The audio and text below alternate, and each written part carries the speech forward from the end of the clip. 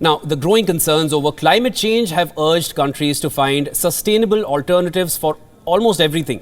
With this, a new race for production of electronic vehicles has begun. And it doesn't come as a surprise that even here it's mostly China versus the West. China is a major player in the electric vehicle industry, from dominating the processing of critical minerals used to make EV batteries to being the major producer and seller of electric cars. Beijing is on the top of its game. There's no doubt. But a sustainable future in the industry depends on access to a steady supply of essential metals like lithium. And this is exactly where Africa comes into the picture.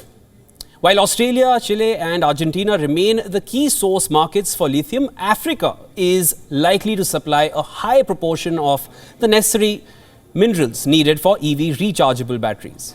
Now, currently, Chinese companies dominate the exploration and extraction of battery metals.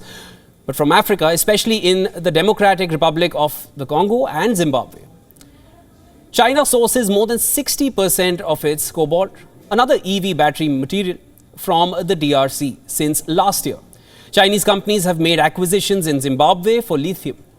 China is also eyeing other resource-rich African countries, including Zambia, Namibia and South Africa. Reports suggest at present, China is the dominant player in global lithium refining and processing, accounting for about 59% of the world's total, while the US refines just 3% and Canada refines 3.5% lithium. The United States and some other Western nations are not letting China go unchallenged. The US wants to build its own critical metals supply chain to cut dependence on China.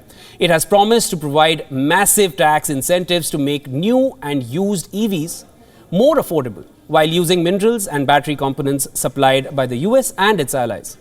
Britain also plans to have its first lithium refinery in 2 years.